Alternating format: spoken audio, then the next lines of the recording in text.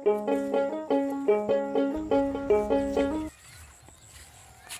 অনেক তো খোঁজাখুঁজি করলাম, দরিনা বাড়ি তো আর খুঁজে পেলাম না। ওই যে একটা লোক দেখা যাচ্ছে, ওকে ডাক দাও তো। দাদা একটু এদিকে আসেন। কেলা ডাকতেছেন ভাই কই? দরিনা বাড়ি কোনটা? দরিনা বাড়ি কেমন চিনুন?